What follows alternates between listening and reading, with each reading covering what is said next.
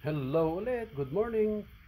Ito na yung process kung paano mag-cut ng barbecue brisket. Okay, ito na yung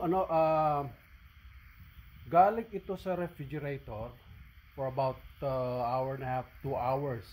Para lang tumigas kasi super lambot siya. Kung titignan nyo, ang lambot oh. Oh, kita mo. Lambot na malambot na malambot.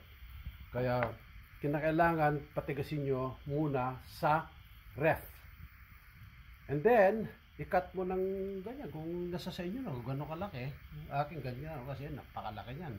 Bukod pa sa isang kinat ko pa sa gitna. Okay po nyo. Kasi ang laki niyan. And this brisket is good for mga 30 people. Provided meron kayong side dishes na potato salad, or mashed potato, baked potato, at saka konting whatever na vegetables, at saka salad. That's it.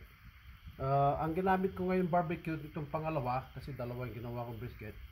Yan, Hawaiian barbecue sauce, kasi naubusan na ako ng bullseye, naubusan na rin ako ng honey barbecue sauce. Kaya yun ang natira yung pumunta na sa tindahan kasi medyo malamig. Okay. Salamat po. Good morning po ulit. Ito na po yung finished product. Ayan na yung brisket. Kinat ko ng half inch. Tapos yung half inch, kinat ko pa sa gitna. At saka naka-decorate siya ng lemon. Galing po sa kapitbahay. Meron siyang tanim sa kapitbahay. Pinitas ko lang kanina. At saka yung rosemary at saka thyme. Galing po sa aking backyard yan. At saka pair with Driscoll's, blackberries, at saka raspberries. Yan. Tapos salad, potatoes, baked potato ang ngayon, nasa oven pa yung baked potato at saka salad. Yun lang. Okay. Nga pala ulit, ginamit ko yan ng Hawaiian barbecue sauce. Organic. Okay po.